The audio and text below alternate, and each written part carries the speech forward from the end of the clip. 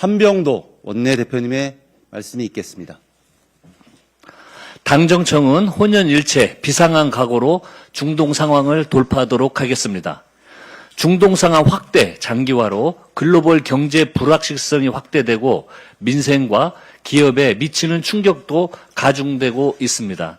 이재명 대통령께서 중동 상황에 대응하기 위한 선제적 비상조치를 주문한 데 이어 정부가 어제 전 부처 차원의 비상경제 대응체계를 전격 가동했습니다.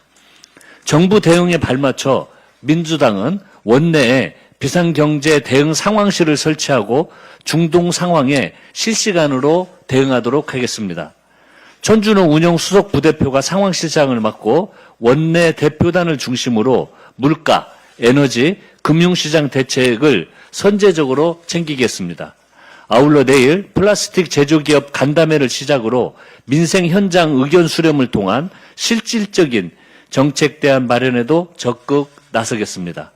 민주당과 정부와 긴밀한 협력 체계를 기반으로 민생 안정을 위해 최선의 노력을 다하도록 하겠습니다. 우원식 국회의장님께 31일 본회의 개최를 강력히 요청드립니다. 이 국가적 위기 상황을 극복하기 위해 국론을 모으고 필요한 입법과 예산을 지원하는 것이 국회의 책무이자 소임입니다. 환율 안정법과 시급한 민생법안 처리를 위해 하루빨리 본회의를 개최해야 합니다. 민생은 협상의 대상도 거래의 대상도 될 수 없습니다. 국민의힘도 맹목적인 발목 잡기를 그만두고 법안 처리에 협조하시기를 바랍니다. 민주당은 지방선거로 공석이 된 상임위원장도 이날 새로 선출해서 앞으로 있을 민생, 개혁 법안 처리에 한치의 공백도 없도록 하겠습니다. 다시 한번 분명히 말씀드립니다. 국민의힘에게 법사위원장을 내어줄 생각은 추호도 없습니다. 국정을 발목 잡고 민생을 내팽개쳐 놓고 법사위원장을 달라는 것이 말이 됩니까? 차라리 고양이에게 생선을 맡기겠습니다. 22대 전반기 국회에 국민의힘이 법사위원장직을 가져갔다면 내란숙의 윤석열은 탄핵을 하지도 못했을 것입니다. 검찰개혁은 좌초됐을 것이고 사법개혁 법안도 통과되지 못했을 것입니다. 이뿐만 아니라 사사건건 이재명 정부의 발목을 잡으며 민생, 개혁 법안 처리에 반대했을 것이 뻔합니다. 중동 상황 장기화로 인한 국가적 위기 상황에서도 지난주 환율 안정법 본회의 처리를 반대했던 것이 바로 국민의힘입니다. 제22대 국회 개헌 이후 외통위, 국방위, 성평등 가족위 등 국민의힘이 위원장을 맡은 상임위 회의 개최 실적은 참담한 수준입니다. 실상이 이런데도 법사위원장을 달라는 것은 생떼 그 이상 그 이하도 아닙니다. 민주당은 집권 여당으로서 국민과 국익을 인질 삼아 국정을 마비시키는 그 어떠한 행위도 용납하지 않겠습니다. 국민만 바라보고 일 잘하는 국회, 성과 내는 민주당을 만들겠다는 약속의 말씀을 드립니다. 전쟁 추경의 핵심은 첫째도 둘째도 속도입니다. 당정은 오늘 아침 고위 당정 협의회를 통해 신속한 추경 편성과 집행이 필요하다는 데 뜻을 함께했습니다. 이번 추경은 유류비, 물류비 경감, 취약계층 민생 안정, 피해 수출기업 지원에 초점을 맞춘 민생 심폐소생 추경입니다. 민주당은 오는 31일 추경안이 국무회의 의결을 거쳐 국회에 제출되는 즉시 심사 절차에 돌입하겠습니다. 상임위 예비심사는 차주에 마무리하고 애교리를 곧장 가동해서 가장 빠른 시간 내에 추경안을 처리하겠습니다. 지금 이 순간에도 국민과 기업의 고통이 가중되고 있음을 생각하면 국회가 단 1초라도 허비해서는 안 됩니다. 비상한 시기에는 비상한 대응이 필요합니다. 주말을 반납하더라도 밤을 새워서라도 추경안을 신속하게 통과시키겠습니다. 이상입니다. 예, 다음은 한정혜 정책위 의장님의 말씀이 있겠습니다.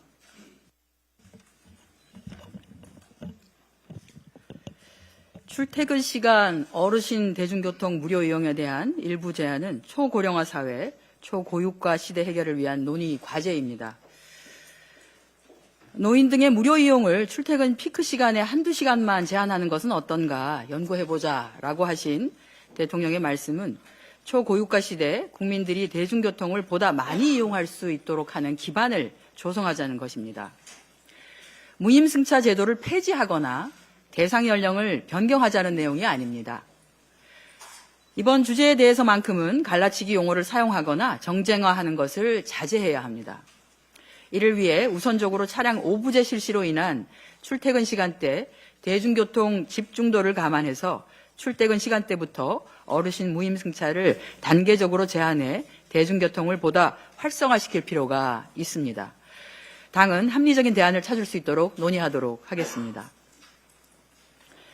우리 자본시장이 확실히 달라졌습니다. 중동전쟁 발발 한 달이 되어가는 상황에서 코스피 지수가 5천 중반을 유지하고 있습니다.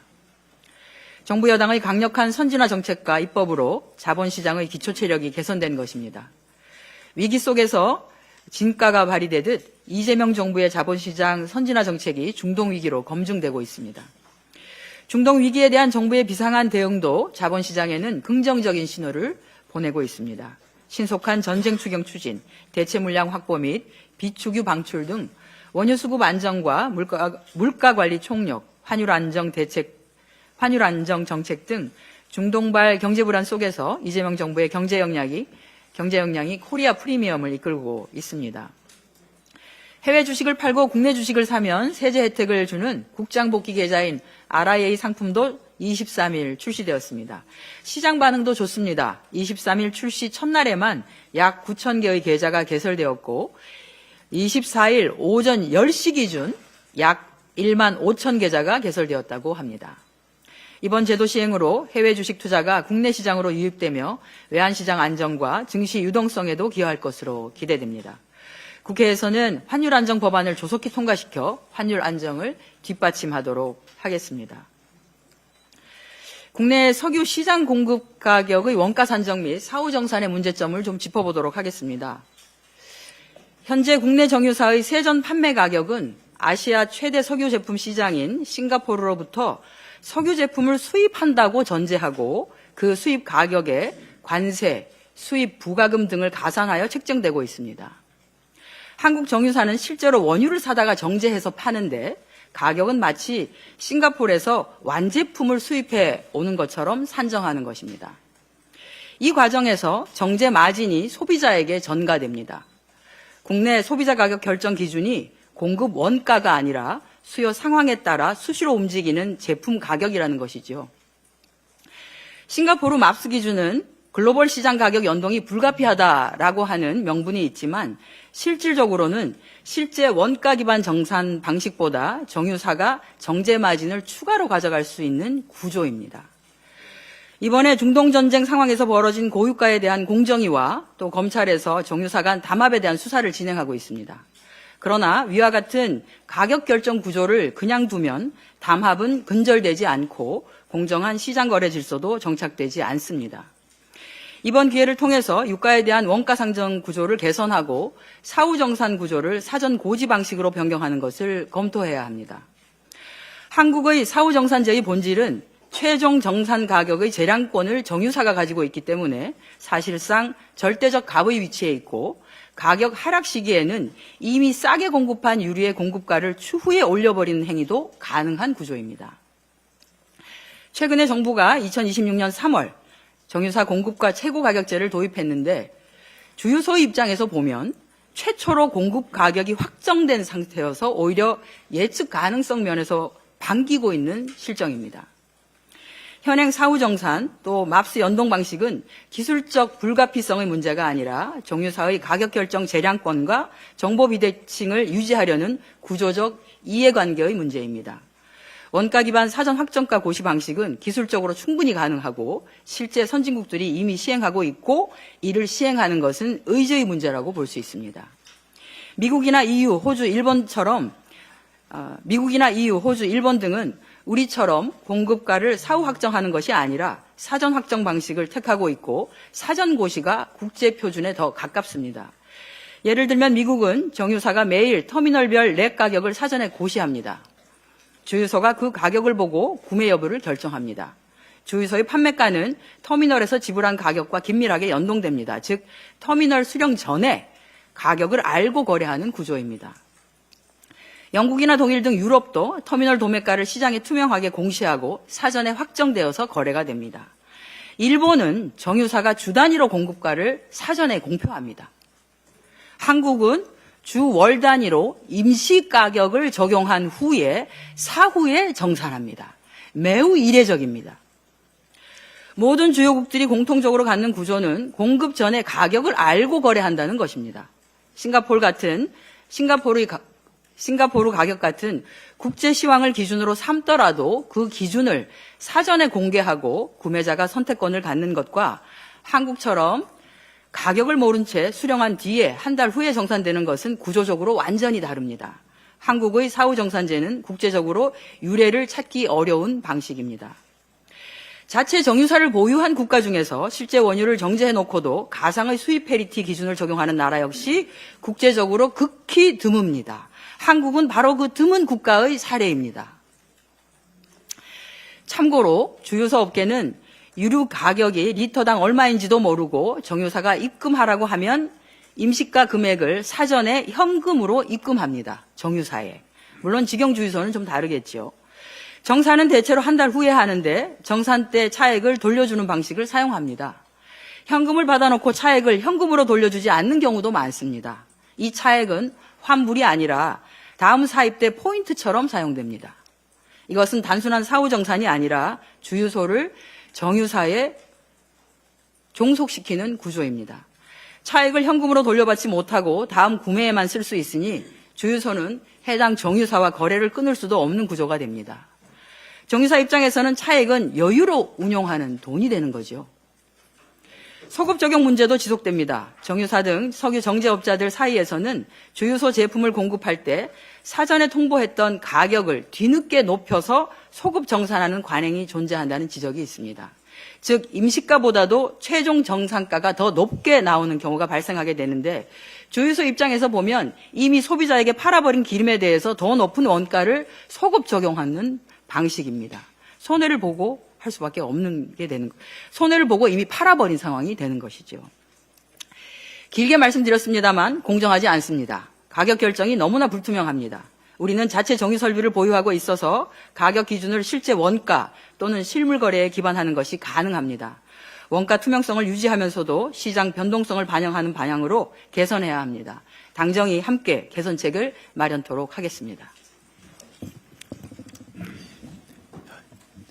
이어서 천준호 원내 운정수석 부대표의 발언이 있겠습니다. 이재명 정부와 민주당은 비상한 각오로 중동 상황에 대응하고 있습니다. 우리 경제와 민생 방어에 사력을 다하겠습니다. 어제 청와대는 비상경제 상황실 설치를 발표했습니다. 이재명 대통령 주재 비상경제 점검회 산하에 설치하고 강훈식 비서실장을 상황실장으로 지명했습니다. 분야별 5개 실무 대응반을 꾸리고 청와대 수석급이 각 대응반 반장을 맡기로 했습니다. 얼마나 엄중하게 대응태세를 갖추었는지 알 수 있습니다. 정부도 국무총리를 본부장으로 하는 비상경제본부를 가동한다고 발표했습니다. 기존의 경제부총리가 주재하던 비상경제장관회의를 확대 개편한 것입니다. 비상경제본부는 주 2회 회의를 열어 민생경제 현황을 점검할 예정입니다. 민주당도 즉시 비상태세에 돌입했습니다. 바로 어제 원내에 비상경제 대응 상황실을 설치했습니다. 지금부터 국회의 최우선 과제는 비상경제 대응임을 분명히 합니다. 민주당 비상경제 대응 상황실은 물가, 에너지, 금융시장 등 주요 분야를 꼼꼼히 살피겠습니다. 민생과 직결된 분야를 면밀히 점검하고 대응 방안을 신속히 마련할 것입니다. 필요할 때마다 즉시 정부와 협의하고 대응하겠습니다. 당정청이 동시에 비상대응체계에 돌입한 만큼 협력체계도 더 강화될 것입니다. 수시로 소통하면서 경제대응에 필요한 사항을 빈틈없이 논의하겠습니다. 추경안을 신속하게 처리하겠습니다. 민생경제가 이토록 엄중한데 국민의힘은 오직 자리 욕심이 생떼만 부립니다. 일은 안 하면서 자리만 차지하겠다는 전형적인 도둑놈 심보입니다. 어제 국민의힘 법사위원들이 기자회견을 열었습니다. 법사위원장 자리를 자신들에게 내놓으라는 것입니다. 참 기가 찹니다.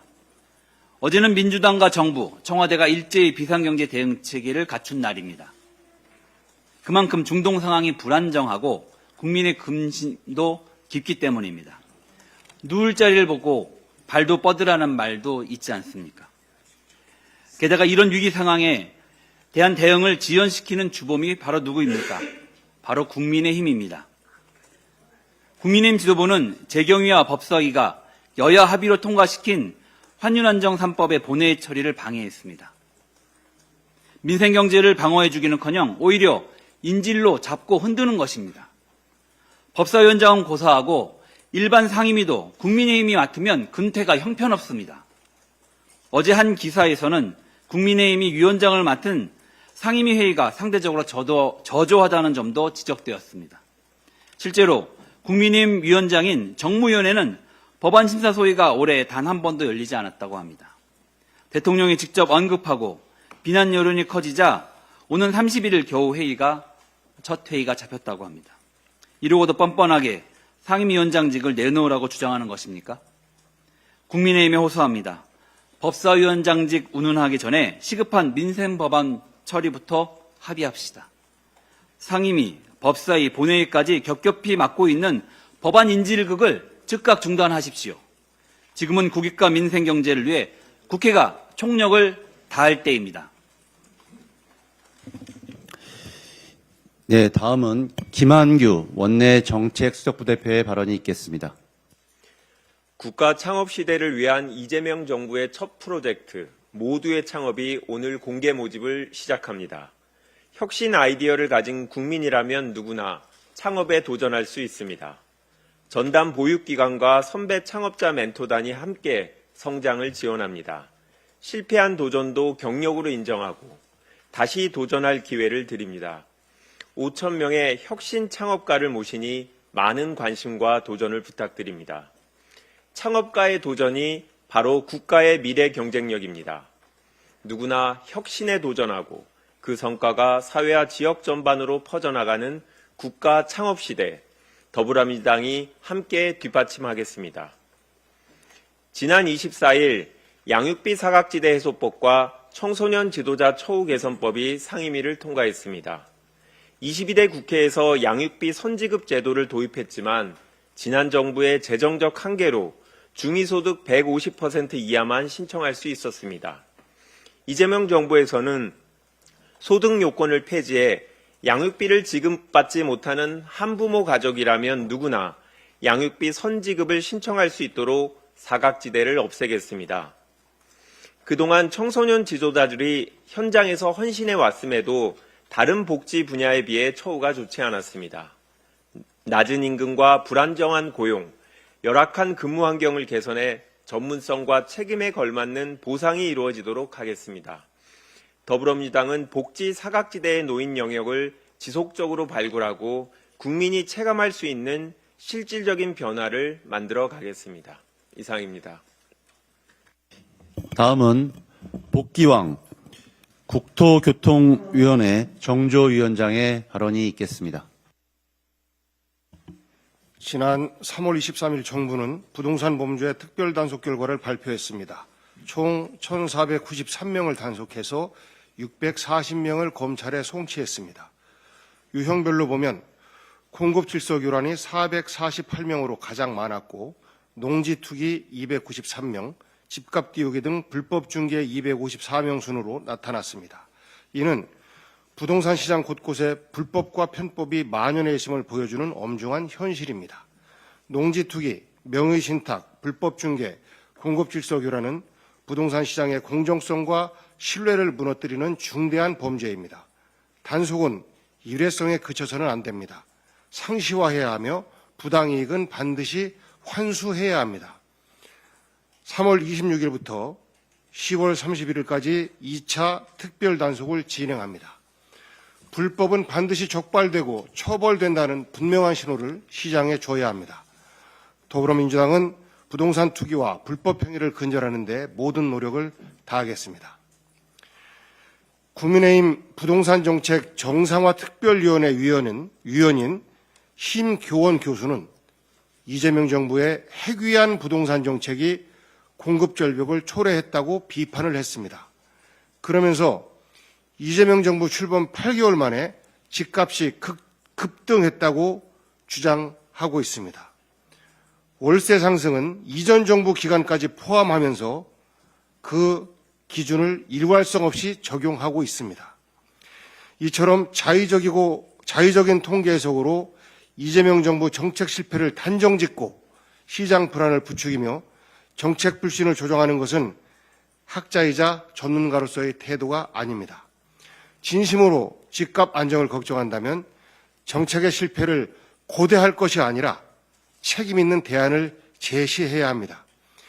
이재명 정부와 더불어민주당은 9.7 부동산 대책을 통해 규제 개혁과 공공임대 확대 등 주택 공급을 위한 입법을 추진해 왔습니다. 그러나 관련 법안들은 아직도 국토교통위원회 소위에 계류되어 있습니다. 국민의힘은 법안 처리에는 소극적인 채, 아니 하지도 않은 채 비판에만 몰두하고 있습니다. 작년 말 이후 국토교통위원회는 사실상 멈춰져 있습니다. 국민의힘의 발목 잡기 때문입니다.